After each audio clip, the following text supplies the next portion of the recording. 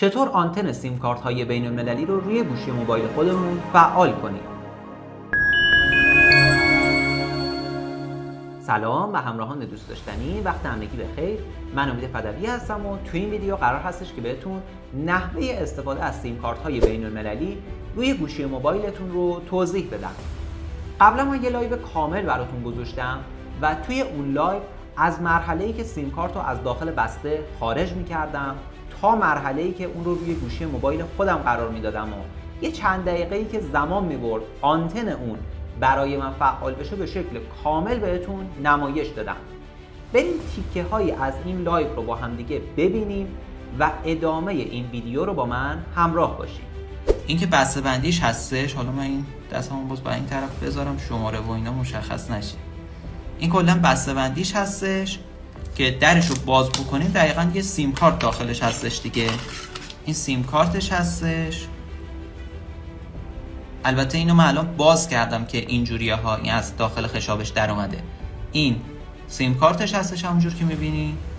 اینم که سیم کارتیه که به حالتهای مختلف توی شیار گوشی که حالا شما دارین میتونید ازش استفاده بکنید دیگه. باز از این بابت هم محدودیت نداره. الان اکثر گوشی‌ها این حالت رو پشتیبانی میکنن دیگه.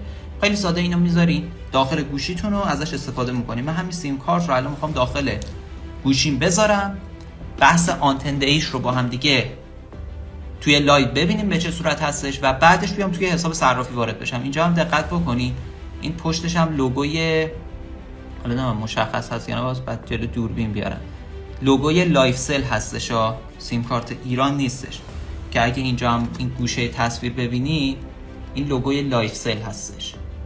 من همین سیم کارت الان میخوام بذارم داخل این یکی گوشی خودم چون اینم دو سیم کارته.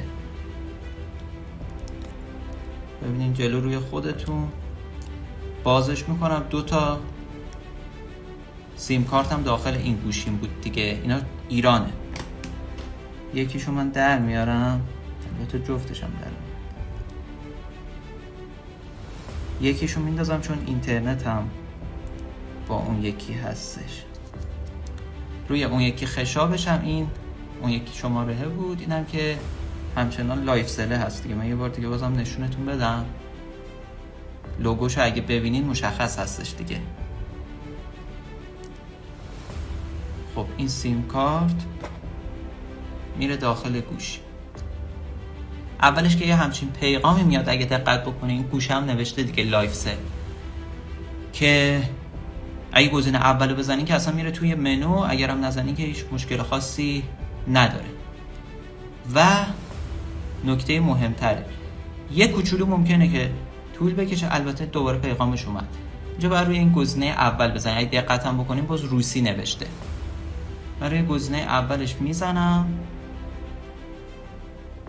یه کوچولو منتظر میشیم چون تقریبا چند هفته هستش از این سیم کارت استفاده نکردم، چون من چند تا سیم کارت دارم. یکیش الان روی همین یکی گوشی هستش که به شکلی دارم باهاش لایو برگزار میکنم. این یکی شماره رو چند وقتی بودش ازش استفاده نکرده بودم.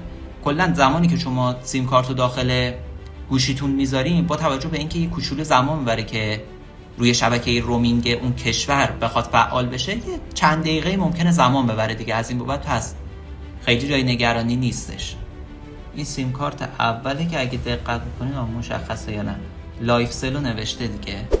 زمانی که شما برای اولین بار سیم کارت رو روی گوشی موبایل خودتون قرار میدین ممکنه که یه چند دقیقه زمان ببره که رومینگ اون روی گوشی موبایل شما فعال بشه و آنتن اون رو دریافت بکنید.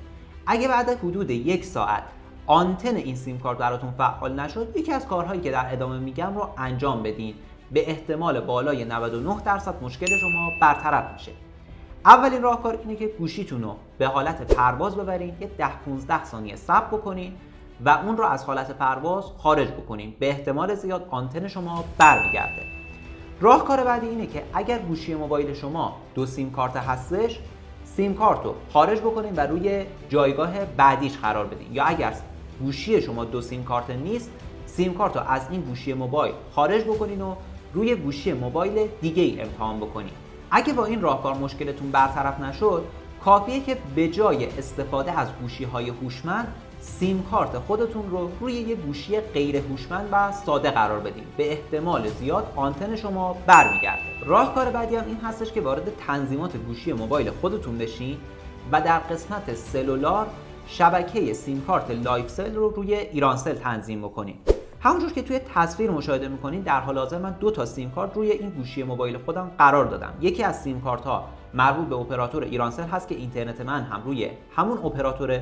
سیم کارت دوم مربوط به لایفسل هست که اگه من در قسمت سلولار وارد بشم شما با 2 تا عنوان پرسونال و بیزینس میتونید شماره های من رو مشاهده بکنید. شماره پرسونال شماره ایران من هست و شماره بیزینس شماره ای هستش که برای لایفسل هست و پیش شماره اون 20380 هستش. همونجور که توی تصویر مشاهده میکنید اگر من روی شماره بیزینس کلیک بکنم وارد تنظیمات اون میشم که به سادگی میتونم نتورک رو هم تغییر بدم که اگر نتورک در قسمت تنظیمات سیم کارت شما روی ایرانسل نبود فقط کافیه که اون رو روی ایرانسل قرار بدید. اگه به قسمت SMS هامم دقت بکنین چند دقیقه قبل یه SMS کد تایید از طرف صرافی بایننس برای من فرستاده شده و روی این سیم کارت با توجه به اینکه آنتن اون برام فعال هستش بدون مشکل این پیامک رو دریافت کردم.